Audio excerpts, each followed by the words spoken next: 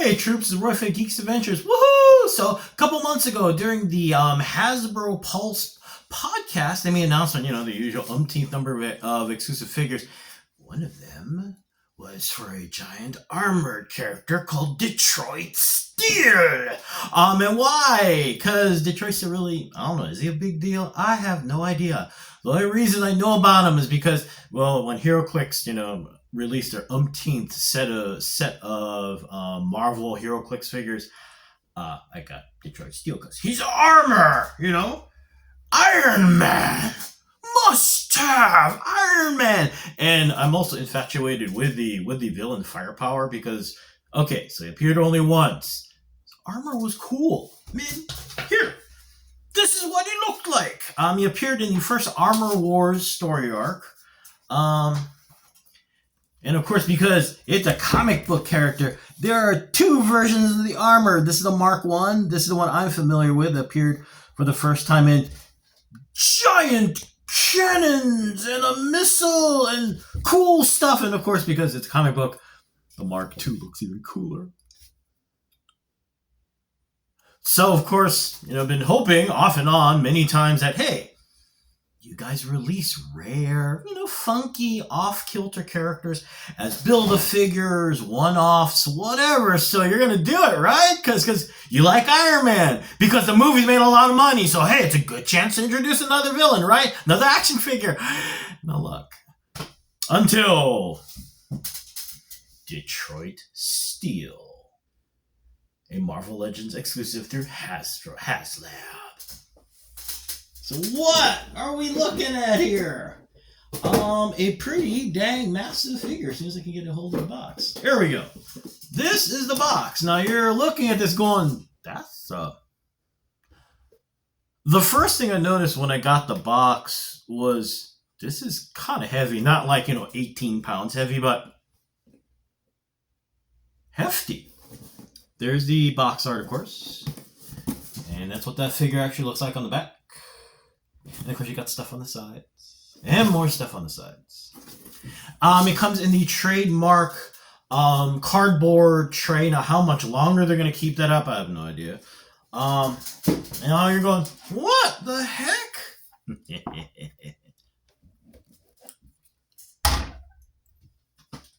He's big. Now you're going, how big? This is the Silver Centurion Marvel Select Iron Man, which is about in scale with the McFarlane figures. But the big thing, this is the Justice Buster from McFarlane Toys. Okay, it's still not quite that big, but,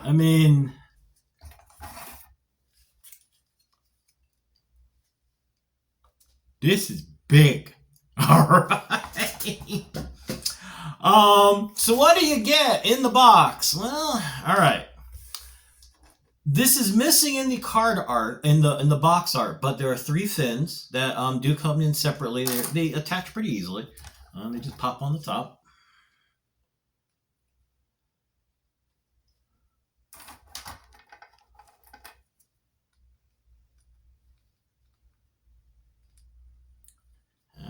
There we go. And there's the last one. Goes up here. Oop, there we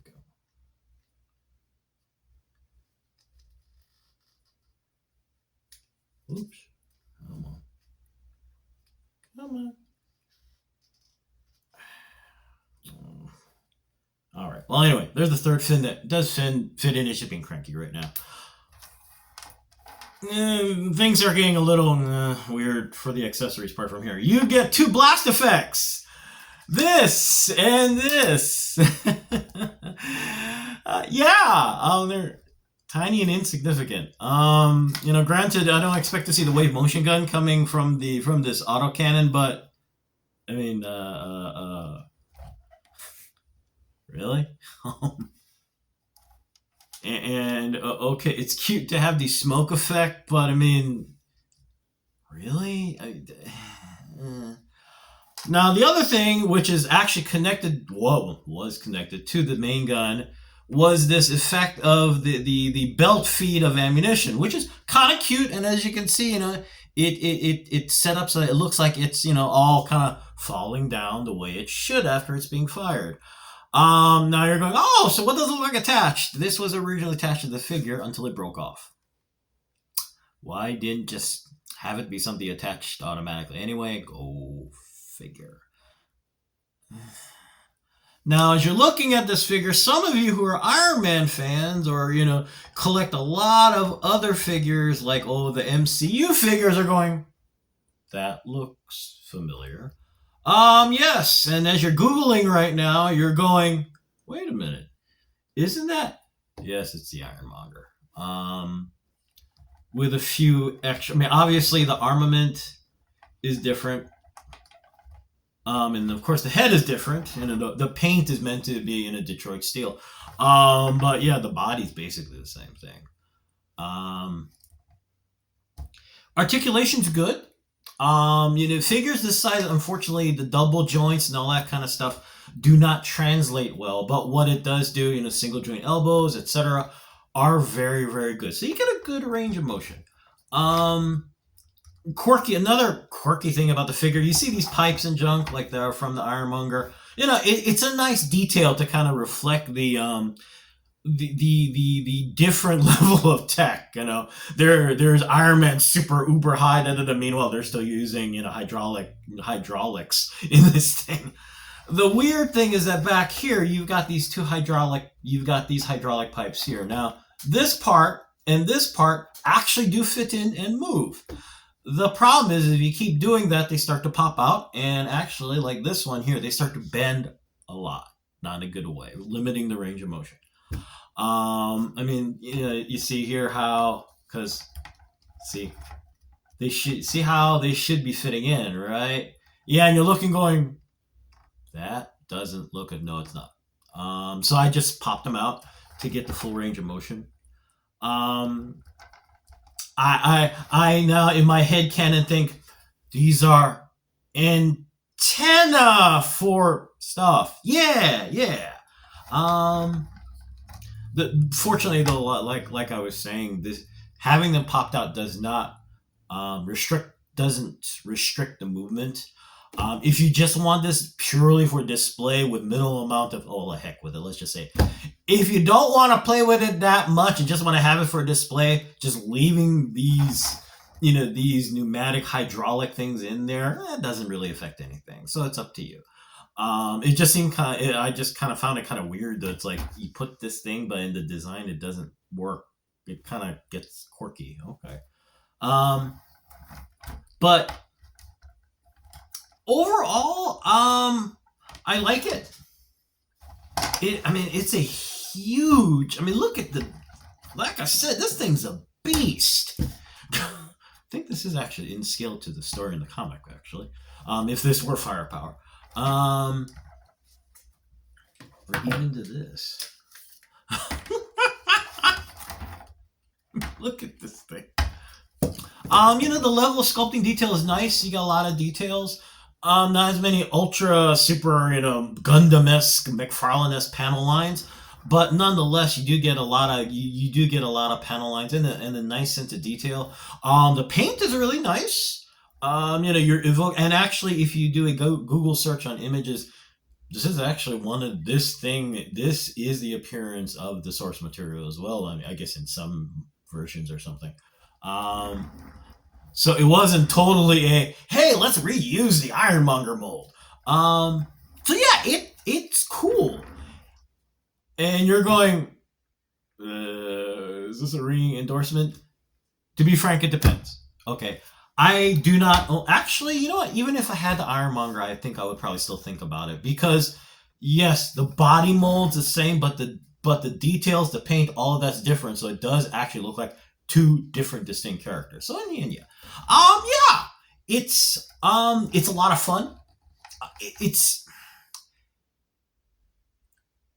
This is actually a topic for another podcast, but I get a little frustrated with the Iron Man lines because there's so many other characters, other armors, all this other stuff that can be used for figures, and yet it's a lot of How many times are we going to see stealth armor and tiny little changes in the helmet of the classic Iron Man armor, so that we get the classic with the horns versus the hologram armors where you got Tony's blue head. I get you want to maximize usage of the molds you have, but guys, come on. I mean, he's seeing the Heroes Return figure that I reviewed a couple months ago. That was so refreshing because it's a different armor. And seeing this, and actually even seeing the Crimson Dynamo from Marvel Select, is such a breath of fresh air to see something new in the Iron Man line. You got 20 billion Spider-Man characters that all look different. Come on, guys. Iron Man, you still got the deep sea armor. You got 5 bajillion versions of the space armor. You still have villains like Firepower. Villains like like Force. And there's a lot of stuff, big name and obscure as well. Lots of fun stuff out there. Please, can we see them? Something different. Be greatly appreciated. So in the end, this room is actually cool. It's fun. Is it a no? I mean, especially when weird stuff like this. The retail for this is $50. All right, but considering this is basically what would be classified a mega figure in if you want to go with McFarlane Toys terminology, it's basically what it is. And you know what? It's a big one, and it is solidly built and well done. Yes, you're kind of reusing a mold, but in the end, there are enough other differences that it's still fun, and I still like having it. And you know what? It's a star-spangly version of Firepower, so that Tony Stark can be all. So there you go. You can find this in the secondary market, of course, for the appropriate markup. Or just go to the haslab website, Hasbro Pulp. I forget, the Hasbro exclusive website to get this kind of stuff. But yeah, it's still fun. It's little quirks aside, it's fun. And like I said, the best part is that it's a new figure that is an armored butt-kicking figure, and I can't wait to get my hands on the Marvel Select Crimson Dynamo, even if it does have to wait until March of next year, apparently. So anyway, I'm going to go because I've got lots more stuff to do. It's the weekend. The day never ends. So hey, y'all take care. May the force be with you. May the odds be in your favor. And as always, be good to each other. Okay, peeps? Y'all take care. Peace. Bye. Pew, pew, pew, pew, pew.